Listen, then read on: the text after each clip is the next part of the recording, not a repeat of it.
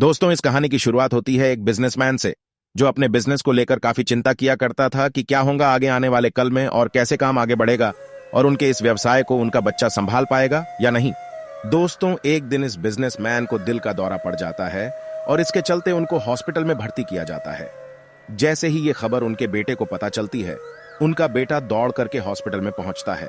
बेटा हॉस्पिटल में पहुंचने के बाद उसने ये देखा कि उसके पापा अब एडमिट है और डॉक्टर्स ने उससे ये कहा कि आपके पापा अब पहले से थोड़ा ठीक है और धीरे धीरे करके वे अब रिकवर हो। फिर उस लड़के ने अपने एक दोस्त को कॉल करके लिया। फिर उसका दोस्त वहां पर आता है और उससे पूछता है कि क्या हुआ भाई। फिर उस बिजनेसमैन के लड़के ने अपने दोस्त से कहा कि मेरे पापा को दिल का दौरा आया है और उन्हें अस्पताल में एडमिट किया हुआ है।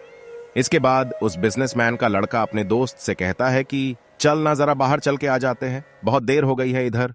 और फिर वो दोनों अस्पताल से बाहर चले जाते हैं। जब वो दोनों अस्पताल से बाहर निकले तब उनको एक आइसक्रीम वाला दिखाई देता है। फिर उस बिजनेसमैन के लड़के ने अपने दोस्त से कहा है कि भाई आ जाओ, आइसक्रीम खाते हैं। ये बात सुनकर उसका दोस्त थोड़ा चौंकता है और मन ही मन कहता है कि अरे ये क्या पागलपन है, पापा अंदर भर्ती है और ये यहां पर आइसक्रीम खाने की सोच रहा है। फिर उन दोनों ने आइसक्रीम खरीद ली और वे दोनों आइसक्रीम खाने लगे।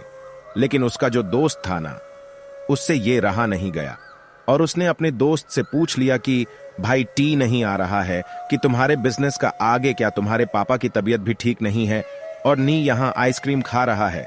मुझे कुछ समझ में ही नहीं आ रहा। मुझे समझ नहीं आ रहा है कि तुम्हारे बिजनेस का आगे क्या होगा और तुम्हारे पापा की तबीयत भी ठीक नहीं है और तू यहां आइसक्रीम खा रहा है। मुझे कुछ समझ में ही नहीं आ रहा है।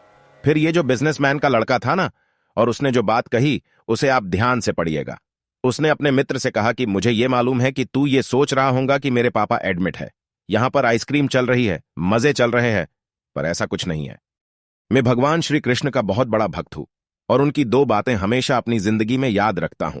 पहली बात जो हम सबको पता है कि काम करना है और फल की चिंता नहीं करनी है, इसलिए जो होगा देखा जाएगा। मैं सिर्फ अपने काम पर ही फोकस करूंगा और फिर बिजनेस भी अच्छा चलेगा।